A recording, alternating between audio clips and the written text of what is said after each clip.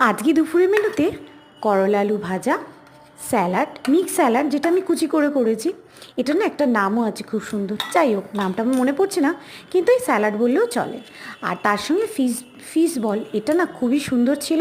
এটা কিন্তু আমি ভেজে নিয়েছি গরম গরম, একদম গরম ভাতের সঙ্গে।